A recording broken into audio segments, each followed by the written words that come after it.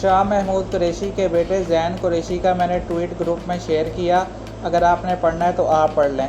اس کے بعد میں نے یہ فارورڈ پوسٹ شیئر کی جس میں مظفر گڑھ کے ضمنی الیکشن کا ذکر کیا گیا ہے۔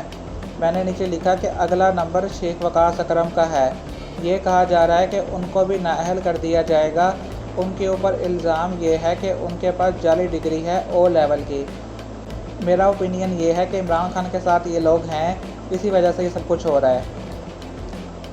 اچھا، پھر اس کے بعد انہوں نے کہا کہ حق سچ حاصل کرنے کے لیے ہی تو شاہ محمود قریشی اپنے بھانجے ظہور حسین قریشی کو نون لیگ میں شمولیت کے لیے کہا اور وہ جہاد کرتے ہوئے نون لیگ میں شامل ہو گئے تاکہ حق سچ کا معرکہ سر کرتے ہوئے مامو جان کے لیے راستہ ہموار کریں۔ میں نے کہا کہ زرداری اور بلاول پنڈی والوں کے زیر اثر سیاستدان ہے، اسی لیے آپ سمجھ رہے ہیں کہ ظہور حسین قریشی بھی شاہ محمود قریشی کے ماتحت ایک سیاستدان ہے۔ پھر اس کے بعد یہ ریاست مدینہ کا مذاق اڑانے لگ گئے۔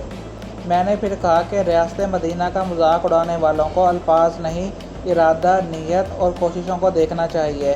میں نے لنگر خانوں، پناہ گاہوں اور صحت کارڈ کا حوالہ دیا۔ یہ پھر باز نہیں آئے، یہ پھر ریاست مدینہ کا مذاق اڑا رہے ہیں، یہ دیکھو۔ اچھا، میں نے پھر کہا کہ شرجیل میمن کو جانتے ہیں، وہ سندھ میں کیا کام کرتے ہیں؟ یہ کہا جاتا ہے بلاول ہاؤس میں کیمرے فیاض حمید نے لگوائے تھے۔ پھر اس کے بعد انہوں نے IMF کے حوالے سے بات کی تو میں نے کہا کہ یہ وہ لوگ ہیں جو عمران خان سے شکوہ کرتے تھے اور کہتے تھے کہ عمران خان دیر سے IMF گیا ہے۔ اچھا، پھر میں نے اس کے بعد کہا کہ اس نے ابھی تک عمران خان اور PTI کا شکریہ ادا نہیں کیا، اس کو تو بھائی لوگوں نے ٹھیک ٹھاک پیلا تھا، نیازی کے ڈر خوف کی وجہ سے انہوں نے اس کو چھوڑ دیا تھا۔ پھر اس کے بعد یہ بس الٹی سیدھی باتیں کرتے رہے، میں فارورڈ پوسٹیں شیئر کرتا رہا۔ یہ